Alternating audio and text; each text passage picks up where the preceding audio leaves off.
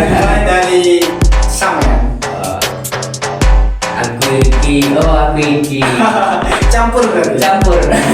Ya, dari situ saja sudah dapat kita lihat bahwasanya di kita itu memang sangat menarik.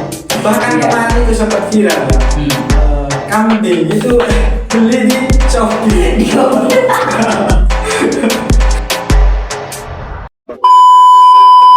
Baik, assalamualaikum warahmatullahi wabarakatuh, bro. Waalaikumsalam. Sebelumnya saya mengucapkan minal aidin wal faizin terlebih dahulu. Sama-sama. Lahir batin. Lahir batin. Lahir batin. Lahir batin. Mungkin ini penonton penasaran kepada kita gimana kalau awalnya kita perkenalan terlebih dahulu. Boleh. Ayo mulai dari Sam ya. Aku iki Campur berarti. campur. Aslinya dari mana? Saya aslinya orang Sumatera. Oh, Sumatera. Pantesan suaranya agak kaku Ya, ya. lumayan kaku karena lingkungannya Madura, Jawa gitu kan. Campur berarti ya. Nah, Oh, Madura bisa berarti. ya lumayan. Oh, siap. Mau pakai bahasa Madura apa bahasa Jawa nih? Boleh. Lebih tepatnya kita pakai bahasa Indonesia. Bahasa Indonesia. Siap. Ya boleh, perkenalkan nama saya ini Sodri Muhammad Nur. Oke. Bisa dipanggil Sodri. Oke, siap. Jadi kalau di sini bisa panggil bro atau bre aja. Siap, bro. Biar simple gitu kan. Gak terlalu tegang gitu ya. Siap. Kalau kamu bre? Kalau saya ini nama panjang atau pendek? Panjang ditambah pendek juga. Saya ini nama aslinya Nailul Masuri, tapi teman-teman lingkungan saya itu biasa memanggilnya Irul gitu. Irul. Iya. Irul. Saya asli dari Lumajang, dari Kelaka. Kelaka. Lumajang. Sama sih saya. Pasar Gedang jauh. Pasar Gedang itu masuk Ranuyoso. Oh, Ranuyoso. Ini kebetulan ada gedang. Iya. Pisang ciri khas Lumajang. Iya, Lumajang. Oke. Berarti panggilannya Ilul. Iya. Nailul apa Ilul? Nailul. Nailul. Oke. Saya juga mau nanya, Bre. Oke. Kayak serius ini. Kan ini pisang. Ini pisang khas Lumajang atau gimana? Lumajang asli. Lumajang. Kenapa di Lumajang itu identik dengan kota pisang katanya? Karena postur bentuknya seperti L.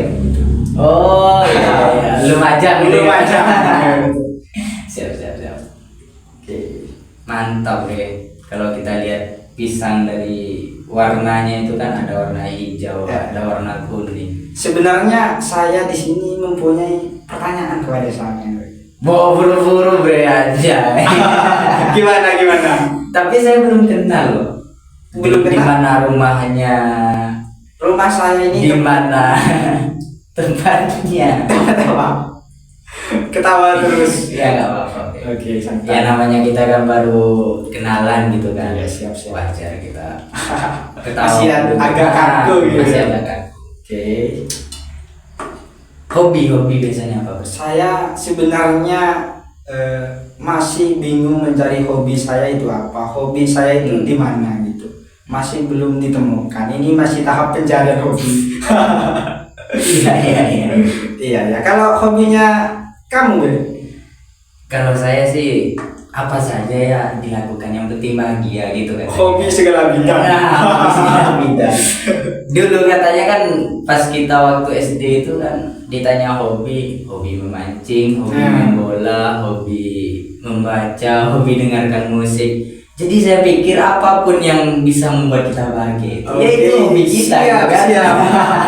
Dulu pernah pas SD itu ditanyain cita-cita sama aku. Cita-cita apa? Jadi presiden. Oh, cita-cita. Tinggi sekali. Tinggi. Presiden. Iya. Oke.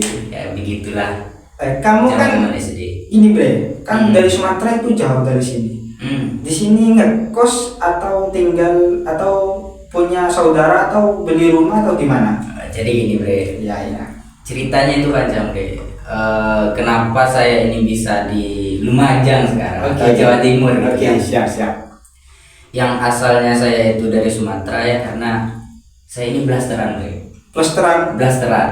Oke. Nah, blasteran papa orang Lumajang, Ranuyoso, dekatnya Pasar Gedang itu. Oke. Nah, Pasar Gedang. Sedangkan mama itu orang Sumatera. Oh. Jadi pertemuan mereka itu di Malaysia gitu mereka. Jadi Bibitnya Sumatera Lumajang. Sumatera Jatim. iya, dapat semua berarti ya. Dapat semua. Sumateranya dapat, Lumajangnya dapat. Dapat sedikit ya. Dapat sedikit, oke. Soalnya kan masih 7 tahun di sini. 7 tahun, lumayan. Masih menempuh pendidikan apa? Saya masih proses S1. Oh, S1 siap. Siap. Masih semester 6 saya. Semester 6. Sama ya, Andre? Saya sebenarnya ini sama. Saya masih tahap S1. Oh. Masih tahap pembenaran titel. Titel. Titel. S1 iya benar. Tapi katanya kan setinggi apapun titel kita, walaupun insinyur gitu kan, doktor, tapi tetap yang namanya titel itu ya almarhumah katanya. Siap.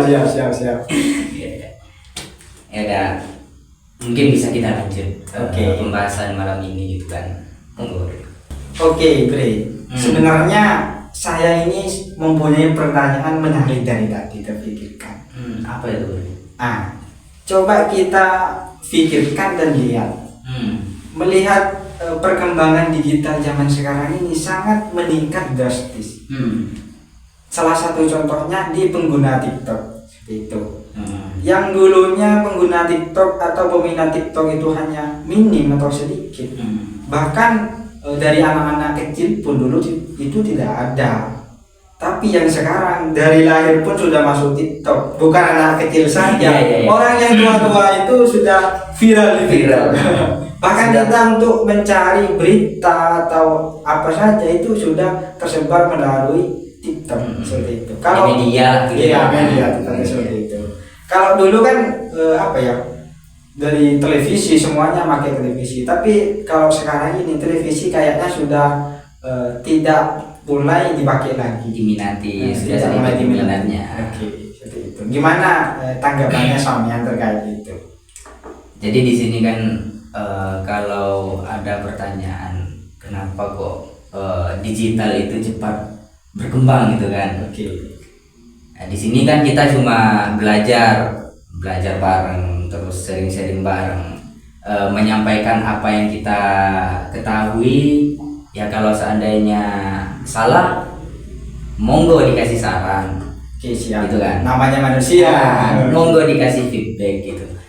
Jadi kan menurut pandangan saya sendiri, kenapa kok media itu cepat berkembang? Ya karena memang eranya sekarang semenjak pasca COVID itu 19. pasca COVID itu loh.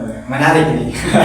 lanjut. Semenjak pasca COVID itu saya sudah merasa bahwasanya media ini sudah mulai berkembang sedikit demi sedikit. Kenapa tidak? Waktu itu kisah saya itu ada ibu-ibu yang awalnya itu nggak tahu pakai HP gitu. Nggak tahu menggunakan HP gitu kan. Saat itu langsung gimana caranya ini, ajarkan saya pakai HP ini. Oke, saya akan bentar ya. Dulu itu dari waktu COVID-19 itu kan banyak perkembangan digital, bahkan orang kerja, orang sekolah itu memakai HP kan seperti itu. Nah, dari mulai waktu itu setahu saya ya, ibu-ibu yang nggak tahu pegang HP itu latihan les pada anaknya. Gimana caranya pegang HP, buka ini, buka itu, buat akun dan lain sebagainya. Oke. Ya dari situ saja sudah dapat kita lihat bahwasanya digital itu memang sangat menarik. Betul. Sangat menarik. Entah itu bayi yang baru yang baru bisa berinteraksi lah. Itu sudah dikasih akun TikTok. Nah, terus apalagi kaum kayak seperti kita gitu kan. Betul. Kaum muda gitu. Sampai lansia pun itu ada yang punya akun TikTok. Jadi proses perkembangan media itu pasti kan melalui tahap-tahap, yang dimana sebelum COVID itu anak-anak anak-anak yang mainnya itu lebih keluar kayak kelereng. kayak kelereng, terus mandi di sungai, terus petak umpat itu Petak kan, umpet. dan yang lain-lain gitu kan. Setelah di masa COVID, karena anak-anak itu di karantina gitu katanya, Iya. di karantina, maka sudah terlalu nyaman di rumah gitu katanya. Sudah terlalu nyaman di rumah sehingga apalagi yang mau saya lakukan gitu kan. Oke. Nah, bingung. Dan disitulah digital itu digunakan, dimasukkan. Anggaplah seperti kita meminum obat, ketika tidak masuk harus dipaksa. Biar apa? Biar sembuh. Dan itu bisa pakai air, bisa pakai pisang katanya kan. Siap. Nah, jadi kayak saya merasakan bahwasanya COVID ini seperti pisang. Kok bisa? Karena dengan cara air, karena obat ini tidak masuk, maka dipakailah pisang gitu. Oke, masuk akal. Cara alternatif atau cara lain gitu. Jadi COVID ini hanya sebuah bisa saya katakan sebagai rekayasa sosial gitu. Reksos gitu. Reksos. Karena ya kita ya memahami yang dimana dulu karena kita belum paham bahwasanya media itu bisa disetting, bahwasanya media itu apa yang terlihat di media itu kita sudah percaya waktu itu kan. Betul. Contoh, ketika ada video orang tiba-tiba jatuh langsung mati massal di Cina. Oke. Nah, itu kita seolah-olah percaya gitu kan. Karena kita tidak paham bahwasanya media itu bisa menyeting hal-hal seperti ini gitu kan. Padahal kita tidak tahu yang terjadi sebenarnya. Kita tidak tahu yang terjadi sebenarnya, entah itu katanya. Kalau buat film itu kan biasanya 1, 2, 3 action gitu kan. Betul. Action Oke. jatuh semua. Itu kan bisa jadi. Iya. Kalau secara logika itu kan dikatakan orang mati gara-gara virus dan matinya itu serentak, itu saya kurang masuk di logika. Kenapa? Karena daya tahan tubuh manusia itu kan berbeda-beda gitu kan. Betul. Berbeda-beda. Imun di dalam tubuh kita itu berbeda-beda. Jadi walaupun saya dengan Samuel, misal kita sama-sama di ruangan ini gitu kan. Oke. Sama-sama menghirup virus yang sama gitu, virus mematikan contohnya. Pasti ketika sampean terdeteksi menghirup, sampean akan merasakan gejala-gejalanya gitu. Betul. Ya kan? Iya. Nah, setelah sampean merasakan gejala-gejalanya, sampean baru bisa is dead gitu katanya, is dead. Dan saya ketika imun saya berbeda, mungkin karena saya lebih capek atau cukup dalam beristirahat, saya bisa saja sampean sudah SD duluan, ya saya masih tetap merasakan efek-efeknya gitu. Betul. Tidak mungkin barengan SD-nya gitu kan. Iya. Sedangkan di video itu semuanya. Oke. Ya kan? Iya. Seolah-olah kayak disetting. Seolah-olah kayak disetting. Kenapa? Karena kita sudah merasakan beberapa tahun, sudah belajar bahwasanya digital ini seperti ini, media ini seperti ini gitu kan. Maka dari itu, kenapa saya mengatakan bahwasanya COVID ini hanya sebagai reksos. Dan tujuan reksosnya itu apa ya? Tujuan reksosnya itu untuk mempercepat perkembangan media ini, digital. Bisa dikatakan kita semua ini adalah korban. Iya.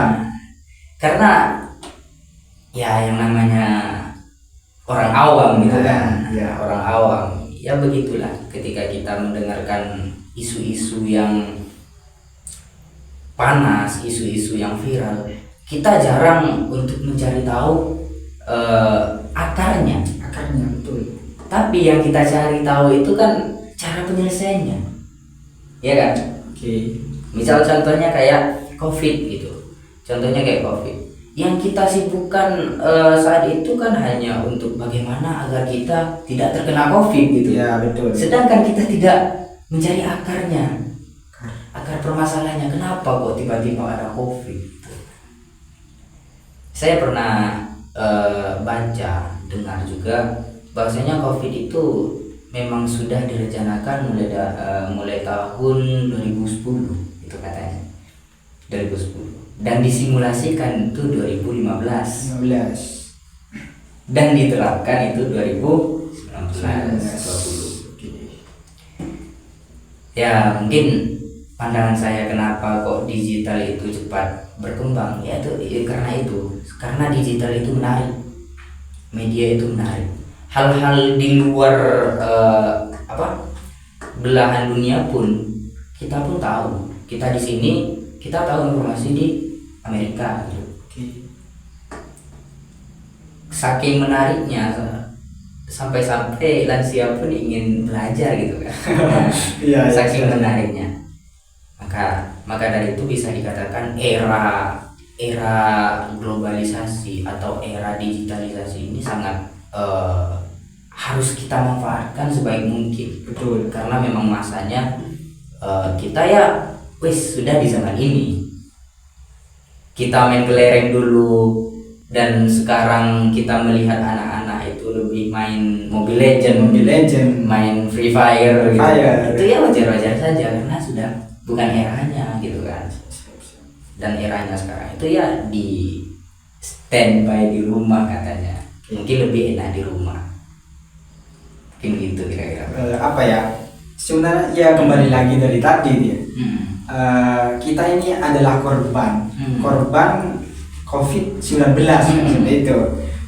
Apa namanya? Dari COVID-19 kita bisa belajar. Kita ini dari COVID-19 itu ada sisi positif dan negatifnya. Ya pasti. Positifnya tersebut kita bisa lebih mengenal jauh tentang era-era global yang awalnya kita tidak tahu tentang media, tidak tahu tahunya cuma lewat televisi, tapi sekarang sudah canggih melalui media-media yang ada di handphone seperti itu. Nah, yang dulunya kita tidak tahu belanja online seperti Shopee dan tidak sekarang ini Shopee, Lazada dan lain sebagainya. Waktu itu jangankan cuma aksesori baju yang beli di online, makanan pun bisa di GoFood ya. Bahkan kemarin itu sempat viral ya. Kambing itu beli di Shopee. Korban. Aduh. Itu sisi positifnya. Negatifnya itu pemikiran-pemikiran yang dulunya anak kecil bisa bermain, masih tidak terpengaruhi oleh media-media yang lain, itu masih main kelereng dan lain sebagainya kayak tadi petak umpet. Tapi sekarang malah main game, dan itu sempat berpengaruh juga kepada pikiran terutama anak kecil seperti itu. Seperti itu sangat berpengaruh. Ya tinggal kitanya bagaimana pengelolaan kita lah gitu. Ya kalau seandainya kita hanyut, anggaplah bahasanya itu hanyut, ya kita akan terbawa arus. Benar. Terus keluar dari pembahasan COVID atau era-era digital ini. Oke, siap. Jadi kan gini, kita kan sama-sama mahasiswa gitu. Sama-sama mahasiswa. Jadi kan bagaimana caranya kita menghadapi era mahasiswa non media dengan mahasiswa di era sekarang. Anggaplah zaman media lah gitu. Kita lihat kan pasti kajian-kajian itu sudah nggak ada kan, sudah hilang. Anggaplah kayak ngopi-ngopi diskusi yang dulunya itu membaca buku sudah tradisi. Iya. Sekarang malah sibuk membaca TikTok di YouTube dan di Google dan lain sebagainya. Itu sudah lumrah. Sudah mulai hilang gitu. Sudah mulai hilang. Nah, jadi kan kira-kira solusi yang anggap bukan solusi, pandangan sampean terhadap konflik yang terjadi di mahasiswa ini. Di mahasiswa. Gimana?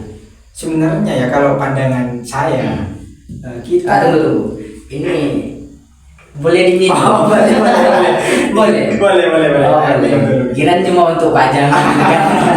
Santai. Oke, lanjut. Sebenarnya di zaman sekarang ini kita harus pinter-pinter mengolah media.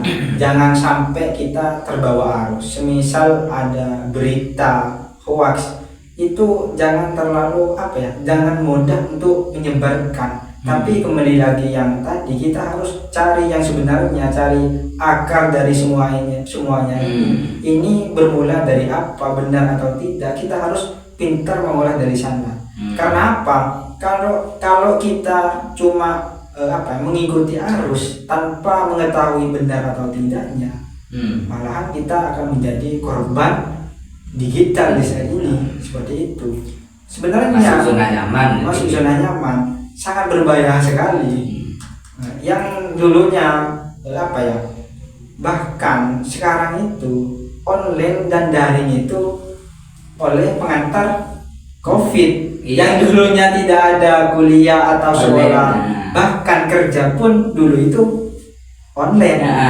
Seperti itu. Dan sekarang ini di lembaga-lembaga tinggi, bahkan di perguruan tinggi pun itu daring atau online itu masih digunakan. Karena tidak lepas dari zona nyaman. Karena ya sudah enak di rumah. Ngapain kita keluar panas-panasan, macet polusi dulu. Jadi ya begitulah Bre, yang namanya digital. Sangat berpengaruh. Entah dari sisi positifnya, entah dari posisi negatifnya gitu kan. Sampai ya kenapa loh saya tidak merasakan di era yang dimana Tan Malaka ini ada seorang aktivis mahasiswa, seorang aktivis yang sangat intelijensi gitu kan. Ketika saya realitakan saat ini itu kayaknya nggak ada gitu. Mahasiswa ini hanya beberapa. Mungkin dengan cara karena adanya digital gitu kan, mungkin mahasiswa itu kan bisa belajar lewat YouTube, TikTok itu mungkin juga bisa gitu kan. Ya tergantung yang penggunanya juga. Ya intinya kembali lagi ke sampean. Oke bro ya, karena ini waktunya sudah lumayan ya. Sudah menunjukkan jam. Gimana pembahasan kali ini kita akhiri? Kita lanjut di episode selanjutnya. Oke. Pembahasan mungkin bisa dikasih lagi sih isinya atau apa pandangan-pandangan untuk konten-konten selanjutnya gitu. Apa yang perlu kita bahas di media kita ini.